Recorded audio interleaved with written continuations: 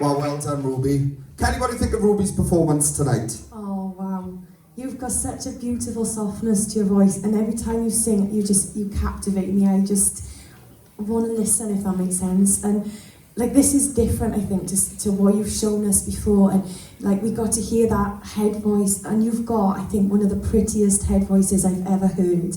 It's just so beautiful. And I just think that song worked so well for you because it showed off everything that you could do. And I think you've come so far from starting off in the unders and to where you are now in the semi-finals of the variety. You totally deserve to be there, especially after that performance. That was just fantastic. Well done.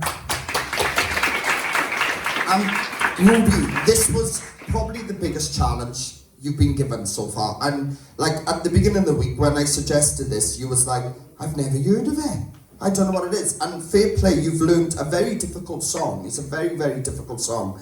And not just that, with the piano version we used, the timing is very different to the original. So you had to learn that timing yourself. And fair play for anyone to have to find that timing, especially when the verses come in and things like that, from there being no gaps and just trying to have to guess. And honestly, it was absolutely beautiful. When you went into them higher notes, they were absolutely stunning. Some beautiful parts of your voice came out in that. You look absolutely stunning. You controlled that song really, really well, and you should be really proud of what you've just done, because that was super impressive. Well done, Ruby. Round of applause for Ruby, guys.